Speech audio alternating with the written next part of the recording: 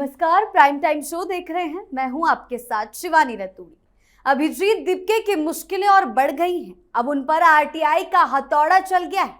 उनके पिता के खिलाफ शिकायत दर्ज हुई है। विदेश में पढ़ाई के नाम पर लाखों करोड़ों का यह पैसा आखिर आया कहां से? अब इसी फंडिंग के सोर्स और परिवार की संपत्तियों पर कानूनी शिकंजा कसने वाला है। इतना ही नहीं, बिना रजिस्ट्रेशन के राजनीतिक दल की तरह काम कर रही कॉकरोच जनता पार्टी पर भी तलवार लटक गई है। तो अब अभिजीत दीपके और कॉकरोच जनता पार्टी का क्या होने वाला है? आगे कौन सी कानूनी कार्रवाई में वो फंसने वाले हैं? इसी पर चर्चा करने के लिए मेरे साथ स्टूडियो में मौजूद हैं कैपिटल टीवी के editor in chief doctor Manish Kumar. Sir, बहुत बहुत स्वागत है आपका। धन्यवाद। सर, अब कौन से भंवर में फंस चुके हैं अभिजीत दीपके? देखिए, मुझे लग रहा है कि ये अगला उमर खालिद बनने जा रहा है। मेरी बात को ध्यान से सुनिएगा। जैसे उमर खालिद दिल्ली दंगे के 7 महीने के बाद पकड़ा गया जी, क्योंकि जब दिल्ली पुलिस को ये तमाम सबूत मिल गए कि वो जो दंगा भड़का वो को स्पॉन्टेनियस माने अचानक से किसी घटना के ऊपर चेन रिएक्शन नहीं हुआ, बल्कि एक पहले से प्री प्लान्ड कॉन्स्पिरेसी के तहत ये सब कुछ हुआ, इसलिए उमर खालिद सर्जिल इमाम जो है वो नप गए।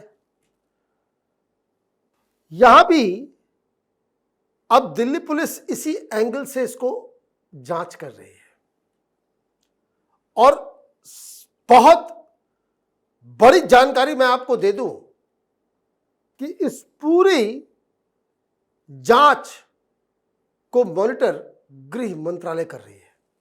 मतलब सीधे अमित शाह के नाक के नीचे ये सारा कुछ जो किया जा रहा है, वो रिपोर्टिंग ले रहे हैं कि जांच क्या हो रहा है, क्या है नहीं है।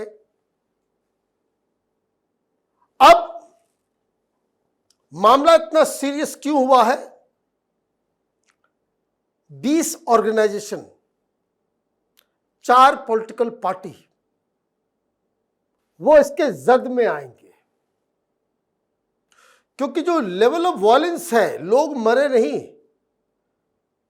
But the level of violence उस स्केल का है कि जो किसी भी राजधानी में हम अलाउ नहीं कर सकते, और वो भी संसद के आसपास।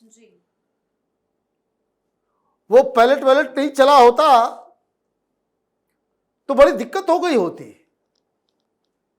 क्योंकि पुलिस को यह शक है कि ये तमाम ऑर्गेनाइजेशन, जिसमें नक्सली भी है, पॉलिटिकल पार्टी भी है, ये सारे लोग, इनकी मंशा थी कि वो संसद के अंदर घुस के तोड़ फोड़ करना, मंत्रियों को, सांसदों को पीटना, कुछ भी हो सकता था।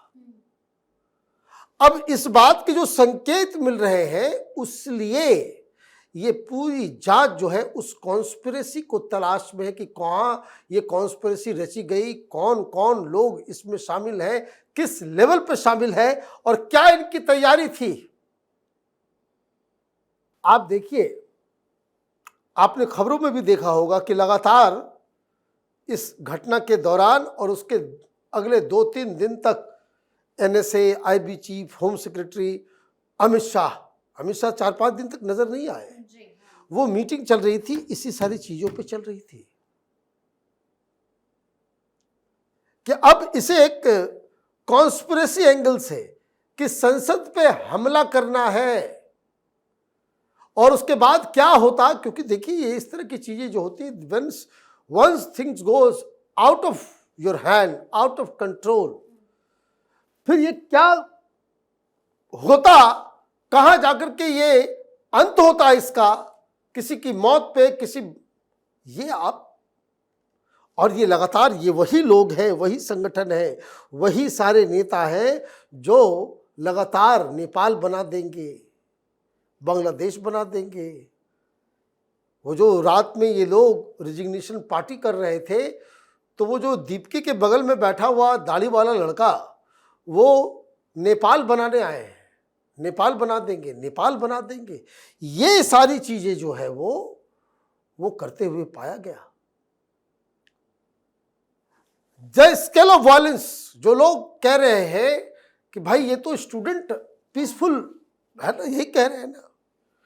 अब मैं आपको जो रिपोर्टिंग की गई है, जंतर मंतर में सिर्फ वायलेंस नहीं हुआ, 2 किलोमीटर के रेडियस में हुआ है वायलेंस। 10 अलग अलग जगहों पे जंतर मंतर के अलावा Gol Dak Khana, Tolstoy Janpath crossing, Rail Bhavan, Connaught Place, LIC building, outer circle, फिर press club of India, Raisina road, Regal building, Sansad Marg, इन सब जगहों पे वायलेंस हुआ है। तो आप तो प्रोटेस्ट तो कर रहे थे, कहाँ, जंतर मंतर, इन सब जगहों पे पत्थरबाजी क्यों हुई, हिंसा क्यों भड़की, और क्या क्या क्या क्या सारी डिटेलिंग आ गई। आप देखिए, पीसफुल प्रोटेस्ट में 110 बैरिकेड्स या तोड़ दिए गए या गायब हो गए। मैंने उसमें कुछ गायब है, कुछ तोड़ दिए गए। बैरिकेड को आपने तोड़ा, इतने पीसफुल है। 171 रस्सियां, जो रस्सी का इस्तेमाल करते हैं, सब चुरा के लेके चले गए। एक वायरलेस सेट छीना गया है पुलिस के हाथ से। एक बॉडी वॉर्न कैमरा, एक पुलिस वाले जो कैमरा लगा कर गए थे, उसको भी कुछ लोगों ने छीन के लेकर चले गए। 10 हाथ वाले मेटल डिटेक्टर, जो मेटल डिटेक्टर होता है, ये भीड़ ने पुलिस पे अटैक करके छीन के वो लेकर के चले गए। 2 पब्लिक एड्रेस सिस्टम, वो जो माइक होता है, जो भीड़ नियंत्रण करने के लिए जो होता है, वो 2 ये छीन झपट करके ये लोग ले गए। 5 लाउड हैंडलर, 10 अग्निशामक यंत्र, 4 wire cutter, 1 x-ray bag scanner, या तो क्षतिग्रस्त हुए या गायब हो गए। कितना पीसफुल है। पीसफुल प्रोटेस्ट में ये सब होगा, लेकिन ये पीसफुल बताया जा रहा है। साथ ही साथ पुलिस वालों के साथ क्या हुआ, 355 helmet, 285 body protectors, 54 shields, 10 torch, 24 fast aid box को नुकसान पहुंचाया गया। 29 सरकारी वाहनों को जलाया गया या उसको तोड़फोड़ किया गया।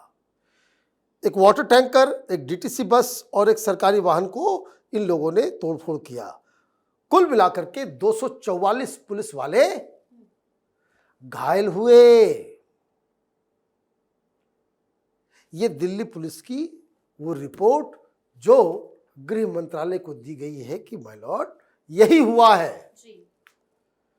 तो अब ये किसी एंगल से पीसफुल रहा नहीं। गाली गलौज कर रहे थे सो अलग, उसमें 2873 गुंडे बदमाश आए सो अलग, लेकिन जैसे ये कॉन्स्पिरेसी का एंगल आया तो गृह मंत्रालय ने कहा कि अब जांच की परिधि बढ़ाओ, और इसलिए मास्क मैन लोगों को भी तलाश किया जा रहा है, सब कुछ तलाश किया जा रहा है। तो अब Delhi police is examining whether the violence was pre planned conspiracy. और ये कॉन्स्पिरेसी एंगल आएगी तो ये कॉन्स्पिरेसी के केस में ही उमर खालिद अंदर है, चेहरा बना हुआ था ना, मुझे तो उसमें दीपिका का चेहरा नजर आ रहा है। तिहाड़ जाएगा, बेल भी नहीं मिलेगा कॉन्स्पिरेसी अगर तय हो गई तो। Investigators are reportedly scanning digital evidence including CCTV footage, mobile data, social media activity and financial trails. Conspiracy होगा तो बाहर से पैसे आएंगे, कहीं कहीं कोई फंड कर रहा होगा, कोई उसका चैनल होगा, तो फाइनेंशियल डिटेल्स के लिए जो आपने बताया कि किस तरीके से सारे एक्शंस लिए जा रहे हैं, 4 कंपनियों को खंगाला जा रहा है, ईडी जो है छापेमारी कर रही है, इसके घर तक पहुंच गए हैं लोग कि भाई ये बताओ, दीपिका के फादर से पूछा जा रहा है कि भाई 65,000 आपकी सैलरी, बेटा अमेरिका कैसे पहुंच गया? जी हाँ। आय से अधिक संपत्ति कहां से आई? The reports claim nearly 20 organisation including student groups and political outfits are under scrutiny for their alleged role. इस कॉन्स्पिरेसी में 20 संगठन, इसमें बहुत सारे नक्सली हैं, आईसा, SFI, वामपंथी, पीएफआई का भी काउंटर था वहां पे, साथ में पॉलिटिकल पार्टीज, वो भीम आर्मी वाले भी है, कांग्रेस भी है, आम आदमी पार्टी भी है, इन लोग सबको, सीपीआई, सीपीआई-एमएल, ये सारे ऑर्गेनाइजेशन, उसके स्टूडेंट विंग्स, ये सब अंडर स्क्रूटनी है कि क्या ये मिलजुल करके 4-5 पॉलिटिकल पार्टीज ने मिलके ये केओस क्रिएट करने की कोशिश की। क्योंकि राहुल गांधी तो ये कहते हैं कि युवा जो है घसीट के लेकर के आएगी। अमित शाह के बारे में इन्होंने कहा, खड़गे जी ने, कि घर के अंदर बंद हो, यही सब डिस्कशन चल रहा था, तुमको घसीट के बाहर लेकर के आएंगे। तो ये जो घसीट के लाने का जो प्लान बनाया था, उसमें कौन कौन लोग शामिल थे? 20 ऑर्गेनाइजेशन, इसमें 4 पॉलिटिकल पार्टीज का नाम आ रहा है। Police are also investigating the alleged involvement of foreign linked funding, coordinated mobilisation. लीजिए, अब ये दायरा बढ़ गया, और इसलिए ये सिर्फ दिल्ली पुलिस की बात नहीं रही। अब इसमें सेंट्रल एजेंसियां, एनआईए, फिर आईबी, रॉ, साथ ही साथ ईडी, ये सब एक कोऑर्डिनेटेड एफर्ट करके अब इसकी सच्चाई के तह तक जाएंगे। कारण ये साफ साफ इस एंगल से देखा जा रहा है कि it was a conspiracy to attack the parliament. तो जिस तरीके से पार्लियामेंट में पहले अटैक हुआ था, तो वो गन के साथ आए थे, ये बिना गन के साथ आएंगे। बीच में आप देखिए कि वो मिर्ची उर्ची लेकर के भी कूद गए थे संसद के अंदर। आप इस बात को समझिए कि प्रोफेशनल लोग थे वो लोग। तो ये जो दीप के जो, अब देखिए यही सब कारण है। बांगचुक जी भागे, फुनसुक बांगड़ू भाग लिया, कोई इधर नहीं है। ये भी दीप के भी भाग लिया। वो जबरदस्ती मीडिया वाले जा करके पूछ रहे तो कुछ कुछ बोलना पड़ रहा है, अदरवाइज भाग लिया।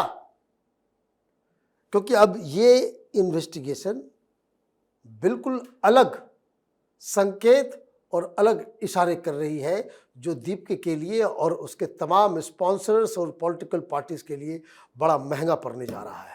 जी सर, बहुत बहुत धन्यवाद आपका इन तमाम जानकारियों के लिए। धन्यवाद। कुल मिलाकर पीसफुल प्रोटेस्ट के नाम पर साफ है कि हिंसा भड़काई गई। अभिजीत दीपके और उनकी पार्टी सीजेपी पर अब बड़ा खतरा मंडरा रहा है और जल्द ही उनकी संपत्तियों की जांच पड़ताल शुरू होगी, जिसके बाद उनकी फंडिंग को लेकर भी कई बड़े खुलासे होने की संभावना है। तो फिलहाल इस खास शो में इतना ही। आपकी इस बारे में क्या राय है, हमें कमेंट सेक्शन में जरूर बताएं। वीडियो को लाइक करें, शेयर करें और चैनल को सब्सक्राइब करना ना भूलें। धन्यवाद।